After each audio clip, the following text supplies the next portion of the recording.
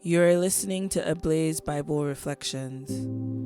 Today's passage is Matthew chapter 10, verses 1 to 26, read by Isioma. The summons, the disciples as samples of Jesus to the world. The central claim of Matthew chapter 10, verses 1 to 26, is that discipleship is a summons into intimacy with Christ that becomes a summons into responsibility for the world. Matthew opens the chapter by telling us that Jesus summoned his 12 disciples and gave them authority over demonic forces, diseases, and all forms of human affliction. The Greek term for summoned means to call someone towards oneself for one's own purpose and vision. This word suggests deliberate closeness and establishes discipleship as rooted in personal encounter.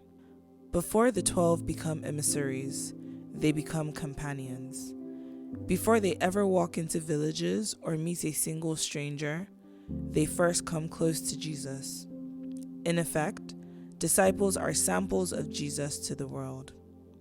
Matthew explains that Jesus gave them authority, not status, not titles, not comfort, but the power to heal, to cleanse, and to set people free. This authority is never for personal honor. It is given for service. Jesus does not send his disciples to win arguments or to analyze the nature of evil. He sends them to drive out evil with the power he gives and to overcome darkness by doing good. He sends them to touch wounds, to go where life has grown tired, and to stand beside those who feel forgotten. When the church becomes more interested in prestige than in service, she no longer reflects the face of Christ. In this way, the love of God becomes visible. John Bell's hymn, The Summons, gives voice to this calling when it asks, "Will you let the blinded see if I but call your name? Will you set the prisoners free and never be the same? Will you kiss the leper clean and do such as this unseen, and admit to what I mean in you and you in me?" Jesus invites us to let him heal through our hands until his life can be recognized in our own. Notice that Jesus calls each disciple by name, for there are no anonymous Christians. Matthew carefully records their identities and backgrounds, reminding us that every follower of Jesus arrives with a past and receives from him a new future. Some were fishermen, one was a tax collector, one would betray him. Simon, who is called Peter, and his brother Andrew, James and John, Matthew the tax collector, James son of Alphaeus, Simon the Cananean, and Judas Iscariot, who betrayed him. Their stories differ, their histories are uneven, but their names are spoken by Christ, and from that moment the name of Jesus becomes the center of their identity. The first stanza of the summons captures this beautifully. "Will you come and follow me if I but call your name? Will you let my love be shown? Will you let my love be known?" Jesus asks them to begin with the lost sheep of the house of Israel, saying, "Go nowhere among the Gentiles and enter no town of the Samaritans." At first, this instruction seems strange and selective, given that Jesus came to save all. But taken in broader context, it reveals God beginning where the covenant is fractured by sin. Israel is the people entrusted with the memory of God's promise, and the rekindling of that memory must begin where faith has grown cold. At the same time, Matthew has already opened the door wider by placing Ruth and Rahab in the genealogy in Matthew chapter 1. God's mercy has never been narrow. What begins with Israel stretches into the world. The later command to make disciples of all nations confirms that the mission expands precisely because it first takes roots in Israel. This dynamic mirrors the hymn's question: will you go where you do not know and never be the same? For the disciple moves from familiar ground toward a horizon that enlarges the heart. The commands that follow outline the interior dispositions necessary for such a mission. When he tells them to carry no gold or silver, no bag and no spare clothes, he is not asking them to love hardship. He is helping them loosen the fears and worries that make us hold on too tightly to things.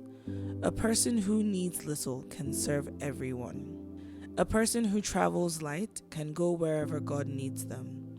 John Bell's line, "Will you leave yourself behind?" touches this same theme of detachment and self-abandonment. Being a disciple is not mainly about giving things up. It is about letting go of what holds us back so that God has space to work in us and guide us forward. It's freedom from something for something higher, the love of God. Jesus also commands an emotional and spiritual likeness. Upon entering a house, the disciple is to offer peace, and if this peace is rejected, the disciple is instructed to let your peace return to you and shake the dust from your feet. These gestures establish a principle of interior freedom. The disciple carries no grudges, no resentment, no emotional baggage from past rejection or previous assignment. Mission falters when the memory of injury becomes the lens through which new encounters or assignments are viewed. The disciple does not carry resentment to the next house or bitterness to the next town or the next person. Every mission begins with a clean heart and open mind. Anyone who has served others knows how quickly wounds accumulate. Jesus refuses to let yesterday's rejection shape tomorrow's compassion. Dust belongs on the road, not in the soul, or certainly not to the new assignment. His missionary is not a collector of grievances, but a sower of peace.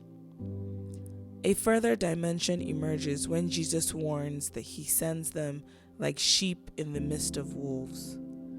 The metaphor is deliberately jarring, emphasizing vulnerability rather than triumph.